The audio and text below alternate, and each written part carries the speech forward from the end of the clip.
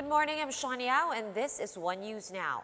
President Duterte granted the appeal of healthcare workers to reimpose modified enhanced community quarantine in Metro Manila and other nearby provinces as COVID-19 cases in the country continue to rise. To give us the details, we have News 5's Maricel Halili joining us live. Mase, what exactly are the areas that will be under MECQ starting tomorrow?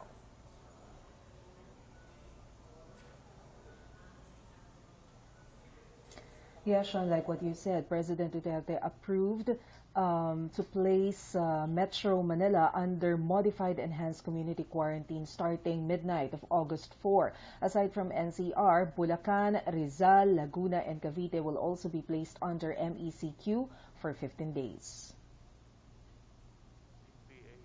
In a taped public address last night, President Duterte agreed to give financial aid to COVID-hit frontliners. Chief Implementer Carlito Galvez initially proposed to give health workers 10,000 pesos each, which the president approved and said it is okay to increase it to 15,000 pesos. The government also considers to call on military reservists to help in COVID-19 response. One of the reservists that the president is eyeing is his own daughter, Davao City Mayor Sara Duterte, who is a colonel in the military. Despite the president's statement heeding to the call of medical frontliners for time out, he seemingly left a warning to his sector. He dared the frontliners to make a revolution, emphasizing that it will just destroy the country. The president said what the frontliners are doing is not criticizing but demeaning the government. Although, let me clarify that, Sean, because President Duterte also acknowledged the difficulties that our frontliners are now facing because of, well, obviously there's a lack of manpower. But just like his previous statement, President Duterte has once again defended Health Secretary Francisco Duque and said that the cabinet secretary is doing his job and nobody can prepare in this kind of pandemic. Sean? All right, Mase, but what would this actually mean for us here in Metro Manila as well as those in the greater Metro Manila area like Bulacan, Laguna, Cavite, and so on? Should we expect, again, some banks to close? We do have the omnibus guidelines that was last amended on July 16. What other differences? People have been asking me, what can we expect from this MECQ? Should it be, should they expect the same thing as what happened the last MECQ, or would things be a little bit different this time around?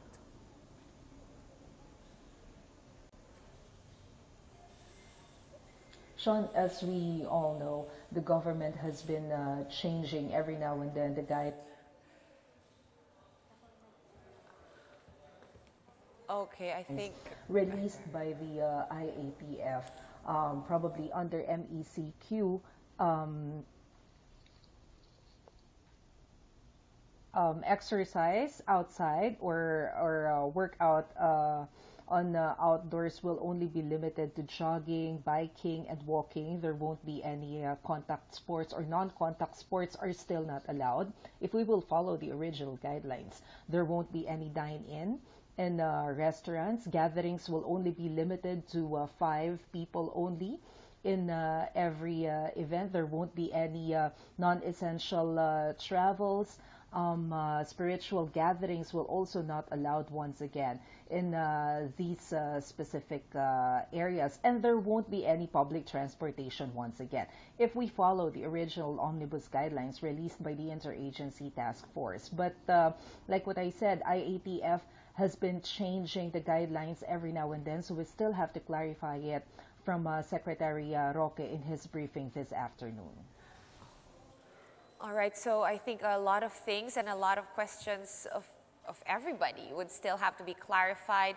No public transportation until, I guess, this is lifted on August 18. What about back riding on motorcycles? I was reading on Twitter earlier, Mase, that a lot of people were being apprehended for pillion riding or yung mga umaangkas sa likod.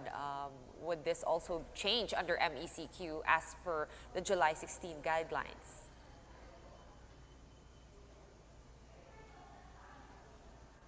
Sean, we still have to clarify that from Secretary Roque in his briefing this afternoon. Because if we recall, during the first time that we have implemented MECQ in Metro Manila, backriding is not allowed. They just allowed it following the appeals of motorcycle riders and some couples to allow because of difficulties in riding public transportation. But if we based it from previous implementation of MECQ, even public transportations are not allowed. So there are some gray areas that we still need to clarify. All right, more questions than answers at this time. Thank you very much for that update, Maricel Halili. And based on the latest omnibus guidelines on community quarantine, which was amended last July 16, as we have been mentioning, strict home quarantine shall be observed in all households during the modified ECQ. Movement of all residents shall still be limited to accessing essential goods and services and going to work if any permitted or in any permitted establishment. Selected manufacturing and processing plants can operate up to 50% of capacity, and public transportation will not be allowed starting August 4. Face-to-face classes at all levels are likewise suspended. Government offices in MECQ areas will implement skeletal operations. And here are other stories we're keeping our eyes on. The President has approved the hiring of additional healthcare workers to augment the current workforce, including hiring 10,000 medical professionals. Mayor Keith Nieto announced that Cainta residents are now required to wear face shields when going to wet markets and grocery stores. Nieto added that operation of gyms and fitness centers as well as internet cafes are not allowed in Cainta, despite the approval from the IATF. And the MRT3 will be suspending operations from August 4, that is tomorrow, to 18 as Metro Manila shifts to MECQ. For more updates, follow News 5, The Philippine Star, and Business World online. Visit our website, onenews.ph, for more in-depth analysis. You can also catch One News on the Signal Play app. Register for a free account now at www.signalplay.com and stream One News Live anytime, anywhere. I'm Sean Yao, and we are One News.